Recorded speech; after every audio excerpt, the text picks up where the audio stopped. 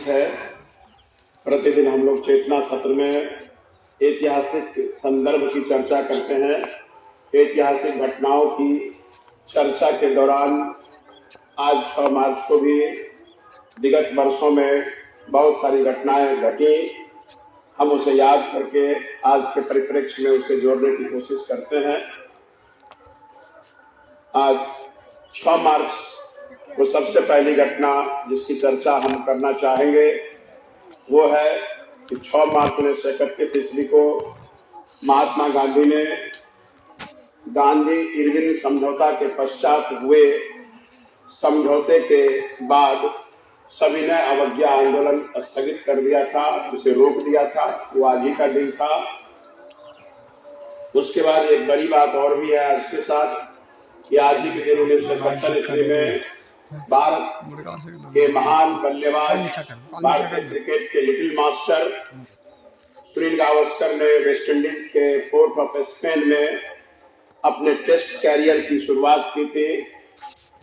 कहना वाजिब होगा कि सुनील गावस्कर एक समय में सर डॉन ब्रैडमैन का रिकॉर्ड तोड़ करके 29 शतकों के पश्चात 30वां शतक जो उन्होंने वेस्ट इंडीज के विरुद्ध ही लगाया था, रिकॉर्ड बनाया था और वर्षों तक वे दुनिया के क्रिकेट पर सबसे अधिक शतक लगाने वाले बेताज बादशाह की तरह रहे भी थे। भारत का नाम जिन्होंने रोशन किया था। विज्ञान जगत से भी आज बड़ी ऐतिहासिक संदर्भ की चर्चा है कि केमिस्ट्री में जो पीरियोडिक टेबल है, सभी उनसे वाकिफ होंगे। पीरियोडिक टेबल केमिस्ट्री में जो केमिस्ट्री की रसायन शास्त्र की आधारशिला कही जाती है, उसको आज ही के दिन दिमित्री मेंडलीव ने, जो रसिया के थे, रशियन थे, उन्होंने आज ही के दिन तैयार करके दुनिया के सामने लाया था, जिसमें दुनिया भर के तत्वों का, एलिमेंट्स का, उनके गुणों के आधार पर उन्हें सजाया गया था। और आज भी रसायन विज्ञान पढ़ने वाले छात्रों के लिए एक आधार के रूप में यह पीरियोडिक टेबल है। तो दिमित्री मेंडलीव का हम सभी आज की तारीख में भी आभार प्रकट करते हैं। आज एक और भी बात जरूर चर्चा होनी चाहिए। आज ही के दिन 6 मार्च 1508 ईस्वी को, जी हाँ, बहुत पुरानी बात है, 517 साल पहले की बात है। आज ही के दिन भारत में दूसरे मुगल सम्राट हुमायूं का जन्म हुआ था। हुमायूं दूसरे मुगल बादशाह थे, लेकिन उनकी चर्चा भारतीय इतिहास में जरूर होनी चाहिए। कंटेक्स्ट है कि एक ऐसा बादशाह,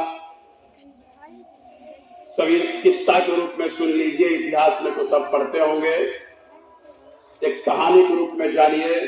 स्मृति पटल पर ज्यादा देर तक वो टिकी रह सकती है, टिकी रहेगी। एक ऐसा बादशाह जिनका जन्म ठोकर से भी हुआ और ठोकरें खाकर ही वो मरा। भारतीय इतिहास में इस नाम से भी मशहूर है, क्योंकि आज ही के दिन 6 मार्च 1508 ईस्वी को हुमायूं का जन्म उनकी मां के सीढ़ियों से फिसल कर गिरने के दौरान काबुल में उनका जन्म हुआ था। और पूरी जिंदगी में उन्हें विभिन्न प्रकार के विरोधों का सामना करना पड़ा। जब उनकी गद्दी पर से ही उन्हें भगाकर शेरशाह सूरी ने वर्षों तक जंगल में रहने को मजबूर कर दिया था। और जंगल में ही भारत के अगले महान शासक अकबर का भी जन्म जंगल में ही हुआ था, जिस कारण हम लोग जानते हैं कि अकबर निरक्षर रह गए। वे पढ़े लिखे बादशाह नहीं थे, क्योंकि उन दिनों हुमायूं जंगल में रहा करते थे। शेरशाह ने उन्हें गद्दी से च्युत कर दिया था।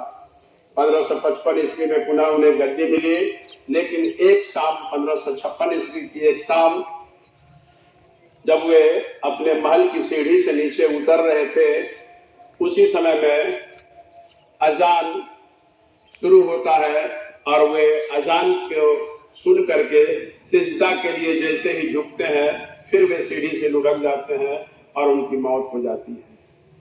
एक ऐसा अभागा बादशाह जिसका जन्म भी ठोकरें खाकर हुआ, जीवन भर ठोकरें खाता रहा और अंत में उसकी मौत भी ठोकरें खाकर ही हुई। 1530 ईस्वी की एक घटना और भी इनके साथ जुड़ी हुई है कि जब हुमायूं बीमार पड़े, उन दिनों ये करीब करीब 22 वर्ष के थे। जब ये बीमार हुए तो इनके बचने की कम उम्मीद हकीमों ने बताई। बाबर उनके पिता थे। बाबर ने प्रार्थना की, पूजा की कि अगर इसके लिए, इसके हिस्से में और वक्त नहीं बचा हुआ है तो मेरा ही जो बचा हुआ है हिस्सा मेरी उम्र का, वो इसे लग जाए और मुझे ही मौत मिल जाए। कहा जाता है कि अगले ही महीने से कुछ ही दिनों के बाद से बाबर बीमार रहने लगे और धीरे धीरे हुमायूं चंगा हो गए। 1530 ईस्वी में ही बाबर की मौत हो जाती है और हुमायूं भारत की गद्दी पर बैठते हैं। एक और भी बड़ी कहानी हुमायूं के साथ है। 6 मार्च 1508 ईस्वी को काबुल में जन्मे दूसरे मुगल बादशाह की यह कहानी और भी प्रचलित है, जिसे हम लोगों को जरूर जानना चाहिए। चित्तौड़ के एक राजा थे, राणा सांगा, सबने नाम सुना है। राणा सांगा 1529 ईस्वी में बाबर से ही उनकी लड़ाई होती है, खानवा की लड़ाई। खानवा की लड़ाई में